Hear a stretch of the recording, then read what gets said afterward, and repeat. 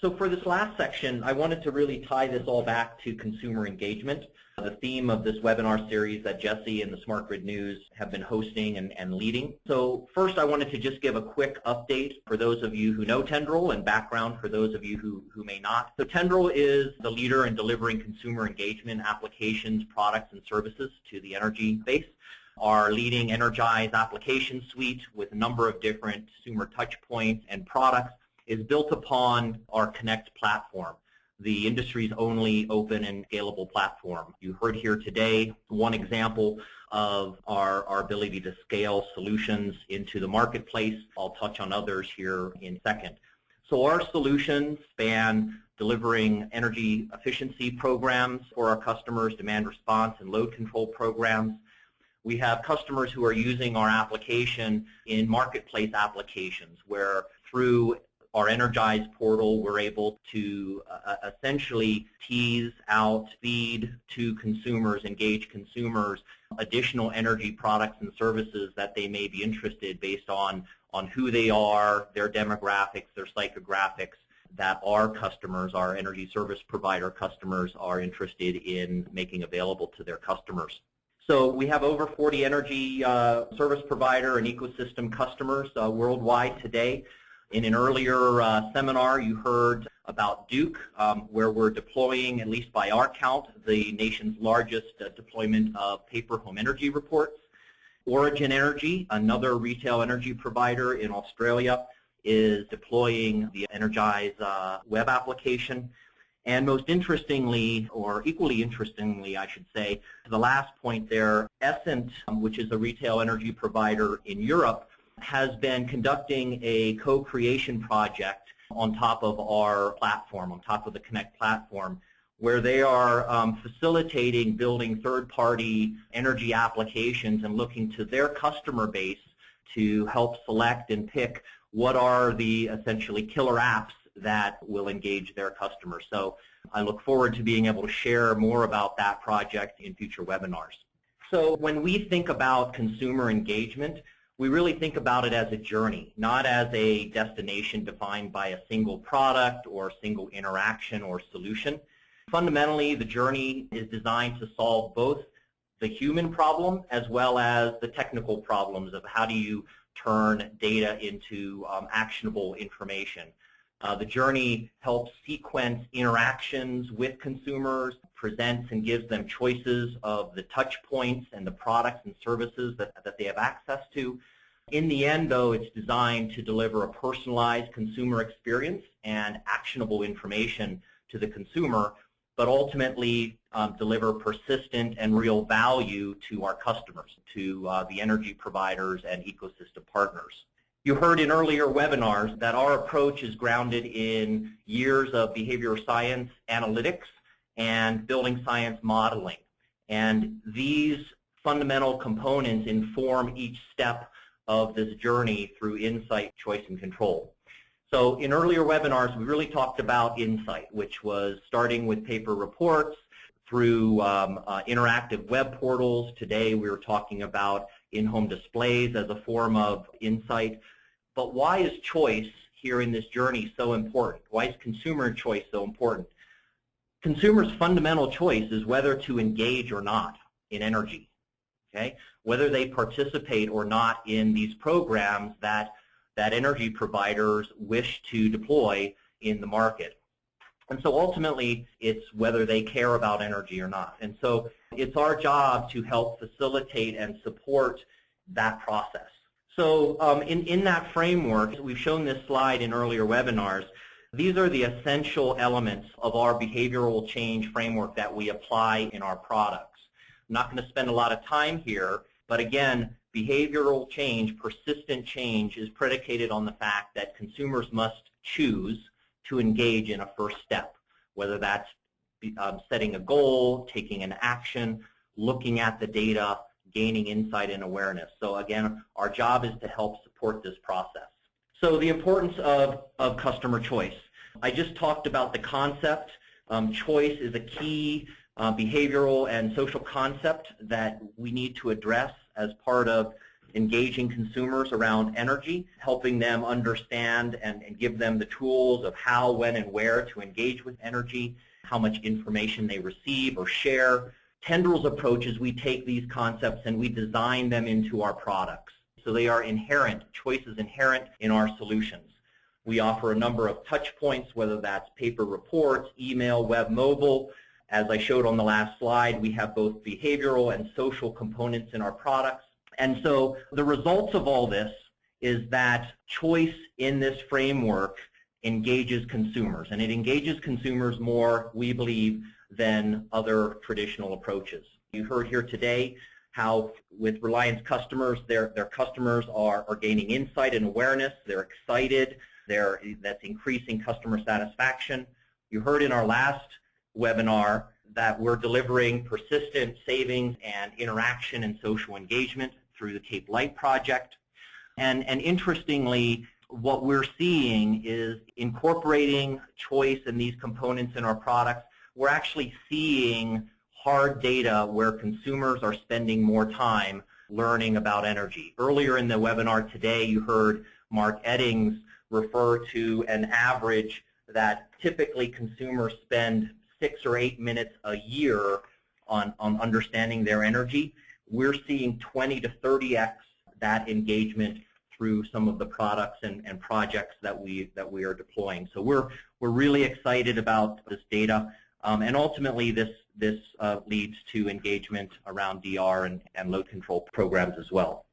So we're seeing the results of these type of approaches in both EE and DR programs. So at the end of the day, the reason we do all of this is ultimately to deliver value to our customers, to energy providers and ecosystem folks. We help accelerate consumers through the value chain, through this journey, but at the end of the day, it's delivering persistent and real value around energy efficiency, demand response programs, enabling marketplace type solutions that deliver value to energy providers. So with that, Jesse, thank you, and I'll turn it over to you. Thank you, Mike, very much. And this is Jesse Berst with SmartGridNews, and we've been discussing customer engagement with in-home displays. We just heard from Mike Ruth at Tendril. Now, I got quite a few questions from Andrew, but from probably 10 or 15 others that were basically about in-home displays versus smartphone apps. And I don't know, maybe Mike Ruth, you could start, and others can jump in as well, but I have a sense myself that it's not an or, it's an and. But what's your perspective at Tendril? Yeah, no, absolutely. Obviously, an in-home display has the place, typically in the home, in your living space, whether that's in the kitchen or living room. But the ability to access this type of information and ultimately control of smart thermostats and load control switches from anywhere, whether that's in your home or remote, is one of the benefits of a mobile application. And so, as I talk to, we see mobile apps as just another touch point that some users may prefer over others. Great. So we heard from Christina and from probably half a dozen others at least. Real curious to know about this increased support calls, how reliable are they?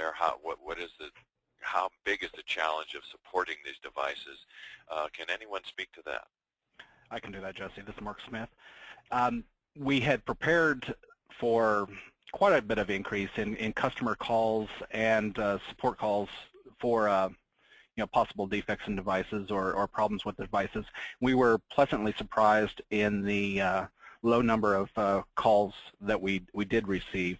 If I were to put an order of quantity of calls, I would say that the largest number of calls do pertain to provisioning the device, getting the device to join the meter. Part of that is, think of your utilities join window. Yeah, how long is that left open? With supply chain, it takes a while for a device to get to a customer's home. Sometimes customers, they're going to install these at their own convenience. And if you have a short provisioning window, that can greatly affect the number of calls that you have. So we see it's an important trade-off between perceived security of that join window and convenience to the customer. I think that's something that needs to be talked about a lot more in industry conversations as to what is that right joining window. I think that's the number one thing. And then the quality of the hardware, we were very pleasantly surprised. Like we said, we had less than 2% returns on these products, and you know, to be truthful, most of those were issues that we couldn't duplicate. So again, very good product. Thank you. So maybe this next one is for Matt Smith and anyone else who wants to jump in, but we had a cluster of questions around kind of technical ones, since I'll combine three of them, and maybe you can just quickly let us know. Madhusudan had a question about the distance, you know, from the device to the meter, where you could reliably connect. Jennifer wanted to know if and how you would do firmware updates, and other people also ask if you plan to update to SEP 2.0 at some point. And Philip wanted to know how security is handled. Matt Smith of Tendril, could you help with any of those? As Mark Eddings and Mark Smith mentioned before, they were filtering people for single-family houses. And single-family houses, whether the meter's on the left side and you put the device on the left side, or the meter's on the right side and you put it on the left side, we haven't had any real issues that I know about on a single-family home. So the distance is not an issue there. There are times when it's an apartment and the meter closet's in the basement and the apartment's on the fourth, fifth floor. An alternate solution is needed there. Okay. So the distance has been more than adequate for single-family homes. How about firmware and SEP 2.0? For firmware updates with in-home display or a home energy monitor that is not connected to the internet, there are no firmware updates that are done there. If a gateway is added to the home, we can do firmware updates through that. Those are done automatically without the user having to take any action. In very rare cases, when we were debugging some of these field issues I mentioned, we drove to outside the customer's home, had a gateway there that we were able to provision to the smart meter, and then we could update the device's firmware sitting outside their house in the car. And that's obviously only if you were allowed to be provisioned onto that network. It's not like someone could drive by and just do that. About protecting the security of the data that's coming from the meter to the customer's in-home display. Sure. So the security is all done through Smart Energy Profile 1.x. And so all the data there is encrypted with, it's called certificate-based key exchange, which uses ECC as an algorithm. And we can get into all the gory details, but rather than that, it's been run through a number of programs to determine that the security is adequate enough, and to determine that it is. And so these devices use standard Smart Energy Profile 1.x security. The devices have to be provisioned ahead of time to the meter. You can't just pull one out of the box and connect to your neighbor's meter. It can only work with your meter. And so when Mark Smith talked about provisioning as being one of the bigger problems, with that very important focus on security, what ends up happening is then the area of making sure we can connect and get the data is an area that becomes a slight bit of a problem. You also mentioned Smart Energy 2 profile. The Smart Energy 2 profile, whether the devices support that or not, will be driven by customers. Right now, you saw the numbers with the number of smart meters that are deployed. Those smart meters in Reliant's area and in the broader sense in Texas, those are running Smart Energy 1 currently. If those meters are going to be updated and changed to Smart Energy 2, then we'll spend the time to update the devices. But currently in the Texas market, everyone's very focused on Smart Energy 1.x, and so these devices are Smart Energy 1.x only for the time being. Thank you.